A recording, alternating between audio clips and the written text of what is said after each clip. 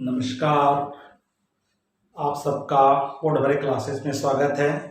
आज क्लास 12 की अकाउंटेंसी की क्लास में मैं आप लोगों को असाइनमेंट 2 जो अक्टूबर माह के लिए निर्धारित है उसके संबंध में, अकाउंट्स के संबंध में मैं आपको उसको गाइडलाइन करना चाहता हूँ, कुछ उसके संबंध में जानकारी देना चाहता हूँ।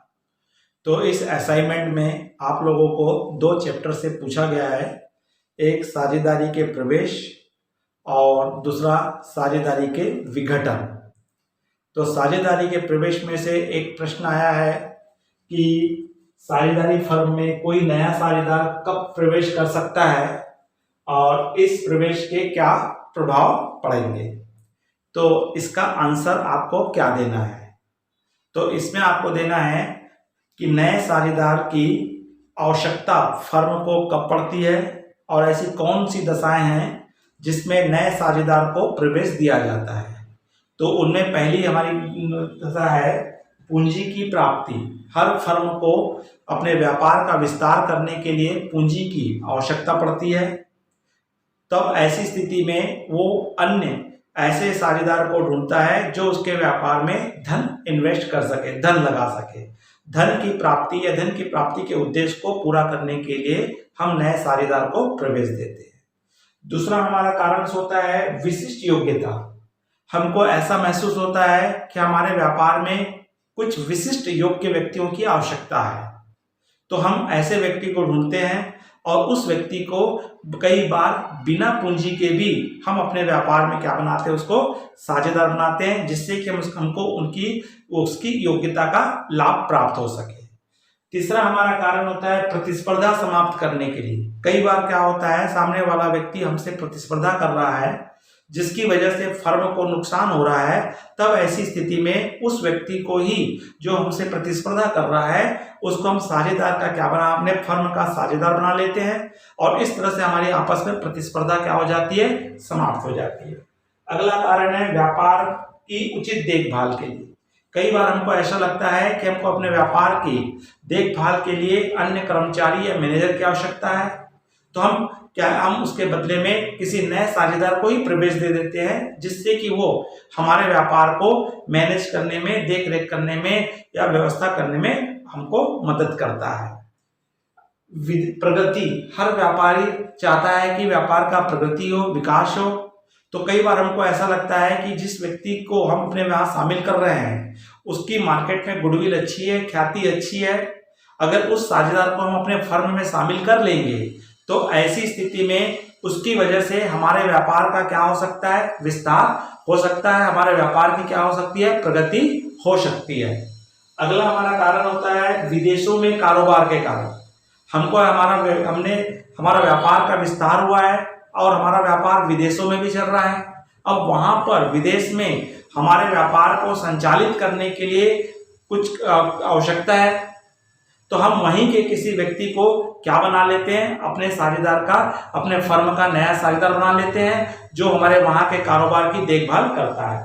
या निवृत्ति या मृत्यु पर अगर किसी साझेदार की क्या हो जाता है, रिटायरमेंट हो जाता है या उसकी डेथ हो जाती है, तो उसके बदले में हम नए साझेदार को प्रवेश दे सकते हैं। तो कुछ दशाएं थी जिसमें आप नए साझेदार को क्या कर सकते हो, प्रवेश दे सकते हो। दूसरा प्रश्न हमारा प्रैक्टिकल आया है जिसको मैं बाद में बताऊंगा।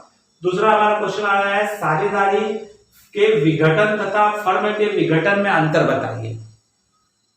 तो सबसे पहले हमको ये साझेदारी का विघटन क्या है। तो साझेदारी के विघटन से तात्पर्य होता है किसी भी व्यापार का समापन करना या किसी भी कारोबार को बंद करना ही फर्म का या साझेदारी का समापन कहलाता है। तो यहाँ पे समापन 2 परिस्थिति में है, एक साझेदारी का विघटन या समापन, एक साझेदारी फर्म का समापन। तो साझेदारी का समापन जब आपस में कोई नया साझेदार प्रवेश करता है या कोई रिटायरमेंट हो जाता है या किसी की डेथ हो जाती है या लाभ हानि के परिवर्तन के कारण कुछ साझेदारों के द्वारा समझौते समझौता न होने के कारण वो फर्म छोड़कर चले जाते हैं।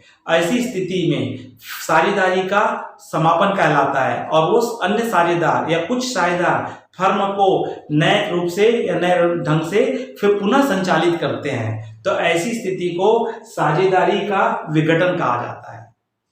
साझेदारी फर्म का विघटन, तो साझेदारी के फर्म के विघटन में सभी साझेदारों के आपस में समझौता न होने के कारण या समझौता में टूट हो जाने के कारण जब टोटली व्यापार का कारोबार बंद कर दिया जाता है तो उसको साझेदारी फर्म का समापन कहा जाता है। इन दोनों में आप लोगों को डिफरेंस पूछा है, तो डिफरेंस में हमारा है, पहला कारण होता है संबंध। तो इसमें साझेदारी के विघटन में कुछ साझेदारों में संबंध खराब होते हैं और बाकी शेष साझेदार फर्म को कंटिन्यूस चालू रखते हैं, जबकि फर्म के विघटन में सभी साझेदारों के संबंध आपस में क्या हो जाते हैं, खराब हो जाते हैं और पूर्ण रूप से फर्म को क्या कर दिया जाता है, बंद कर दिया जाता है। दूसरा कारण है व्यापार की समाप्ति। साझेदारी के विघटन में व्यापार की समाप्ति नहीं होती है, शेष साझेदार उसे पुनः संचालित रखते हैं, जबकि फर्म के विघटन में पूर्ण रूप से व्यवसाय का क्या हो जाता है, समापन हो जाता है। विघटन के कारण, साझेदारी का विघटन नए साझेदार के प्रवेश के कारण, मृत्यु के कारण, रिटायरमेंट के कारण या लाभ हानि के परिवर्तन के कारण होता है, जबकि हमारा फर्म का समापन जब होता है आपस में संबंध खराब हो जाने के कारण, नुकसान होने के कारण या आपस में सहमति न होने के कारण फर्म का विघटन हो जाता है। न्यायालय का हस्तक्षेप, साझेदारी के विघटन में न्यायालय का कोई हस्तक्षेप नहीं होता है, लेकिन फर्म के विघटन में कुछ स्थान पे कुछ समय के लिए न्यायालय अपना हस्तक्षेप करती है। लेखांकन प्रक्रिया, साझेदारी के विघटन में लेखांकन प्रक्रिया का समापन नहीं होता है क्योंकि व्यापार पुनः रूप से संचालित रहता है, जबकि फर्म के विघटन में लेखांकन प्रक्रिया क्या हो जाती है, समाप्त हो जाती है। लेखा पुस्तकें बंद करना, साझेदारी के विघटन में लेखा पुस्तकें बंद नहीं होती है, जबकि साझेदारी फर्म के विघटन में लेखा पुस्तकों को क्या कर दिया जाता है, बंद कर दिया जाता है। यह अंतर के 6 कारण हैं, आपको 6 नंबर में पूछा है। इन 6 कारण को आपको अंतर के आधार लेकर के 2 कॉलम बना करके इसको आपको आंसर देना है। ठीक उसी प्रकार हमको एक प्रश्न पूछा है कि साझेदारी के विघटन के तरीके बताइए, विधियां बताइए, किन किन कारणों से साझेदारी का विघटन होता है। इनमें पहला कारण है समझौते द्वारा। हमको मालूम है किसी भी साझेदार का निर्माण ही समझौते से हुआ है। ठीक उसी प्रकार जब साझेदारों के बीच में आपस में समझौता हो जाता है कि हमको अपने व्यापार को क्या कर देना है, बंद कर देना चाह रहे हैं, हम समापन कर देना चाह रहे हैं, तो आपस में समझौता करके फर्म का वो समापन कर सकते हैं।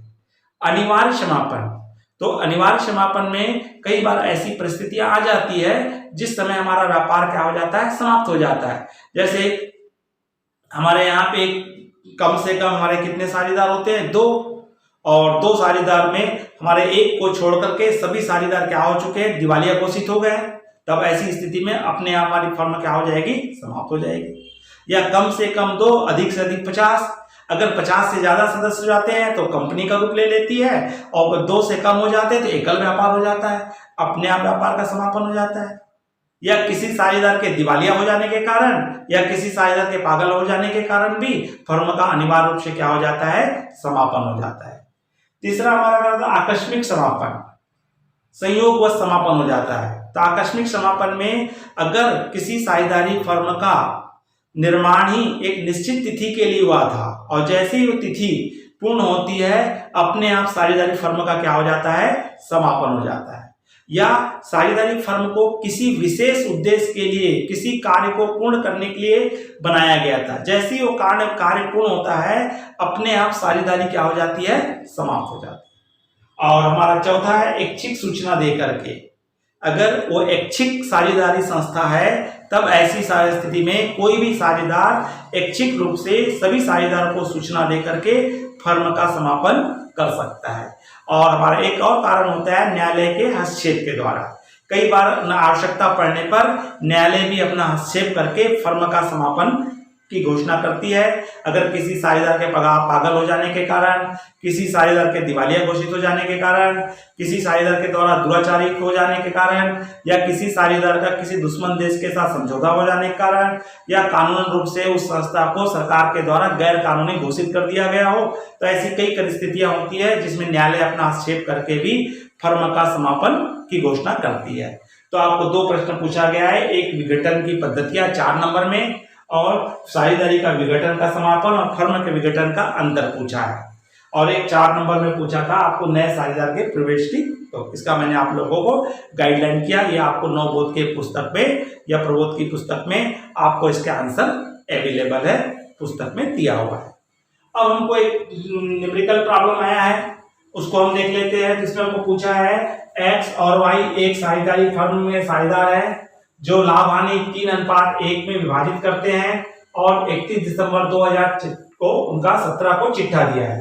बैलेंस शीट में रोकड़ दिया है, प्राप्ति पत्र दिया है, देनदार दिया है, स्टॉक दिया है, फर्नीचर दिया है, भवन दिया है, लेनदार पूंजी दिया है।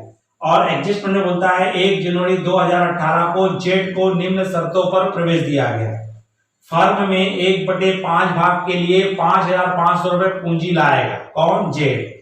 ख्याति हेतु 2,000 रुपए नगद लाएगा। स्कंद एवं फर्नीचर का मूल्य 10% कम करना है तथा देनदारों पर 5% संचिति का सृजन करना है, और भवन का मूल्य 20% बढ़ाना है। तो ये दो एडजस्टमेंट से हमारा पुनर्मूल्यांकन खाता बनेगा। तो पहले पूछा स्टॉक में, तो आप पहले लिख लेंगे टू स्टॉक, और स्टॉक की वैल्यू दी है आपको 1000, तो 1000 में 10% कम करने बोला है, तो 1000 का 10% निकालेंगे कितना आता है? 100 रुपए। दूसरा आपको दिया है फर्नीचर, और फर्नीचर कितना दिया है? 10,000 रुपए, इसका भी 10% कम करने बोला है, तो आपका कितना आएगा? इसका 1000 रुपए। और आपको बैड डेट रिजर्व बोला है, जो देनदारों का 5% संचय कीजिए बोला है। देनदार दिया आपका 8,000, 8,000 का 5%, 8 पंचे 40, 400 रुपए। और आपको बोलता है भवन के मूल्य को 20% बढ़ाना है, तो भवन के बढ़ाएंगे तो क्रेडिट में आ जाएगा बिल्डिंग, और बिल्डिंग दी है 12,500, इसका 20% बोला हुआ है, तो आप इसका 1250 इंटू 2 करोगे तो 2500 रुपए आएगा। तो इस तरह से दोनों साइड का अंतर निकालेंगे, तो इधर 2500 आया है, इधर 1500 आया है, मतलब अंतर आया 1000 रुपए। तो 1000 रुपए आपको क्या हो रहा है? प्रॉफिट हो रहा है, जो एक्स और वाई में 3:1 में बांटेंगे, 3/4 और 1/4, तो इसका आएगा 750 रुपए, और इसका आएगा 250 रुपए। कैसे आया ये? तो आप दिखा सकते हो 1000 इंटू 3/4, 4 से भाग दोगे 250 आएगा, 750, और 750 को 3 से गुणा करोगे तो 750 आएगा। और ठीक इसी प्रकार से यहाँ 1/4 है, तो आपका केवल कितना आएगा? 250 आएगा। इस तरह से आप गणना कर सकते हो। अब उसके बाद आपको क्या पूछा है? इसमें पूंजी खाते बनाने बोला है, तो पूंजी खाता बनाएंगे तो सबसे पहले आ जाता है बाई बैलेंस, बीडी शेष लाया गया, तो दोनों की पूंजी उतारोगे। एक्स का 17,000 है और वाई का 5,500 है, और जेड ने भी कैश लाया है, कैश लेके आया है आपका 5,500 रुपए, तो जेड के कॉलम में आएगा 5,500 रुपए। फिर उसके बाद गुडविल, तो गुडविल 2,000 रुपए लेके आया हो, और इस 2,000 रुपए को पुराने साझेदार अपने अनुपात में बांट लेंगे, 3:4, 3/4 और 1/4, तो इसका निकालोगे तो 1500 आएगा, और इसका निकालोगे तो 500 रुपए आएगा। और उसके बाद आ जाएगा रिवैल्यूएशन से प्रॉफिट, रिवैल्यूएशन से प्रॉफिट, तो प्रॉफिट आया है 750 रुपए और 250 रुपए। अब इसके अलावा कोई एडजस्टमेंट नहीं है, तो इसका आप टोटल करोगे तो इसका आएगा 5,500, इसका टोटल आएगा 50, 5, 5, 10, 2, 12, 6250, इसका टोटल आएगा 5, 7, 5, 12 की 2 हासिल 1, 8 और 1 9। तो इसका हम टोटल कर देंगे तो 2 बैलेंस CD 19,250, 6,250 और 5,500। यही हमारा क्या आ जाएगा, टोटल आ जाएगा 19,250, 6,250 और 5,500। तो इस तरह से इसका आएगा। तो इसमें आपको बैलेंस शीट बनाने नहीं बोला हुआ है, इसलिए रिवैल्यूएशन अकाउंट और पूंजी खाता बनाएंगे।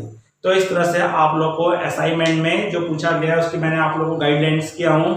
तो इसको ध्यान रख करके आप अपने बुक का सहयोग लीजिए और बढ़िया से आप अपना असाइनमेंट तैयार कर सकते हैं। तो बच्चों नमस्कार।